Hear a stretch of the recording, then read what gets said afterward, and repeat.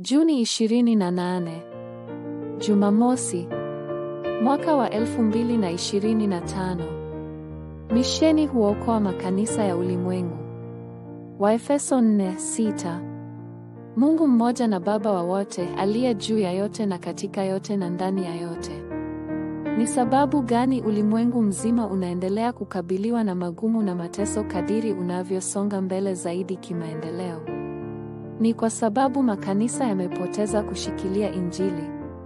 Makanisa yaliyopoteza kushikilia Injili yanazungumza juu ya mambo mbali na Injili na yanaendelea kupigana wenyewe kwa wenyewe. Hatimaye, wakati huu umekuwa wakati ambapo milango ya kanisa inaendelea kufungwa. Kisha ni jambo gani la dharura zaidi unalopaswa kufanya?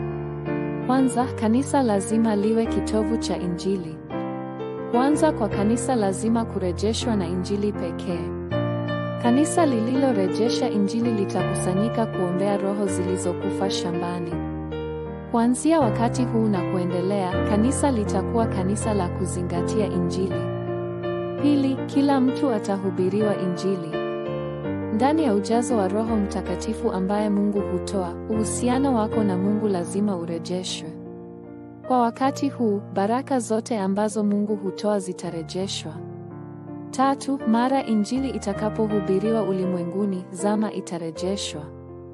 Ulimwengu unazidi kuwa zama iliyojaa magonjwa ya akili, matumizi mabaya ya dawa za kulevya na uraibu. Ni kwa uwezo wa Injili pekee ndipo majanga ya zama hizi yanaweza kuzuiwa. Ni lazima uinua mfumo unaookoa maisha ndani ya kanisa. Ni lazima ujazwe na Roho Mtakatifu ambaye Mungu hutoa. Mtu mmoja ambaye ana nguvu hizi atapokea jibu ambalo linaokoa kanisa, watu binafsi na ulimwengu.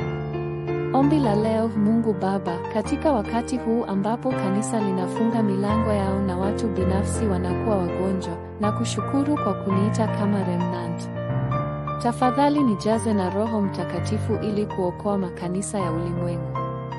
Ninaomba katika jina la Bwana Yesu Kristo aliye hai. Amen.